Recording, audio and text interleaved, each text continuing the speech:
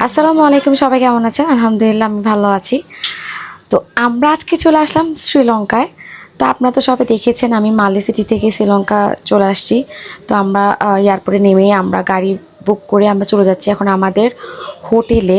আমরা হচ্ছে কলম্বো সিটিতে থাকবো, মেরিন ড্রাইভে, হোটেল মিরাজ। আমরা আগে থেকে বুকিং দিয়ে রেখেছিলাম হোটেলটা, তো সেজন্য আমাদের আর কোনো সমস্যা নেই। বিকজ আপনারা যখন শ্রীলঙ্কা, মালদ্বীপ যেখানেই যাবেন আপনারা সবসময় শিওর করবেন হোটেলগুলো বুকিং করে দিয়ে রাখার, না হলে অনেক সমস্যা হয়ে যায়, পরে দিয়ে কোনো ধরনের হোটেল পাওয়া যায় না, অনেকগুলো প্রবলেম ফেস করতে হয়। তো আমরা চলে আসলাম আমাদের হোটেলে, আর হোটেলটা ছিল মেরিন ড্রাইভ রোডেই, মানে কলম্বো সিটিতে। বিশ্বাস করি হোটেলটা এত সুন্দর একটা প্লেসের পাশে। একটু পর আমি আপনাদেরকে দেখাচ্ছি হোটেলটা কোথায়। তা আমরা আসার সাথে সাথে আমাদেরকে ওয়েলকাম ড্রিঙ্ক দিয়ে দিল। ড্রিঙ্কটা কিন্তু অনেক টেস্ট ছিল, আর হোটেলের লবিটা অনেক সুন্দর ছিল।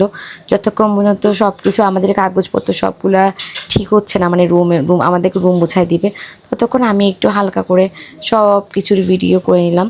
তো আমার বোনের হাজব্যান্ড সব কিছু ঠিকঠাক করে কথাবার্তা বলে আমরা এখন চলে যাচ্ছি আমাদের রুমে।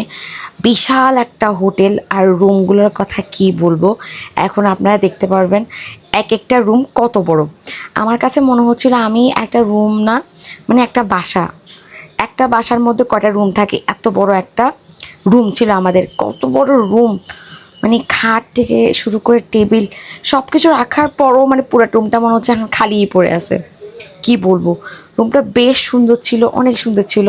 আর আমার কাছে শ্রীলঙ্কা দেশটা এত ভালো লেগেছে, মানে কি বলবো, নেক্সটে আমি আবারও আসবো ইনশাল্লাহ।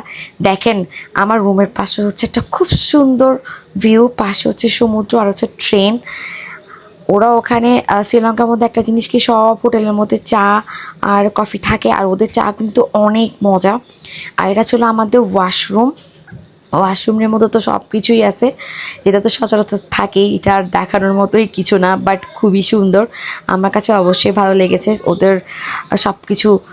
আর রুমটা দেখে আমার সবচেয়ে বেশি ভালো লাগছে, এত বড় রুমে কি করব আমরা। আর এই ভিউটা সবচেয়ে বেশি সুন্দর, আল্লাহ বিশ্বাস করেন এই ভিউটা দেখে আমার মনটা খুশি হয়ে গেছে। পাশে একটা ট্রেন চলে, দেন পানি করে। এরপর আমরা দুপুরবেলার জন্য চিন্তা করলাম আমরা পরোটা, তারপরে চিকেন, আর ওদের কিছু মানে ভেজিটেবলস ছিল ওগুলা খাওয়ার জন্য। তো এগুলো খেলাম, আমার কাছে তো বেশ ভালোই লেগেছে শ্রীলঙ্কার খাবার, একটু নারিকেল টাইপের হয় তাই। এই যে দেখতে পাচ্ছেন কি সুন্দর ট্রেন গাড়ি সব একসাথে চলছে, খুব সুন্দর একটা ভিউ ছিল এটার, আমার অনেক বেশি ভালো লেগেছে। আমার ইচ্ছা আছে আমি এবার হয়তো বা শ্রীলঙ্কা আমাদের খুব বেশি দিন থাকা হবে না, শুধুমাত্র 3 দিন থাকা হবে, আর এই 3 দিনের মধ্যে আমার শ্রীলঙ্কা খুব একটা ঘুরতে পারবো না আশা করি। তো চিন্তা করলাম নেক্সটে যখন আদিয়াতের ভেকেশন হবে তখন আমরা আবারও শ্রীলঙ্কা আসবো।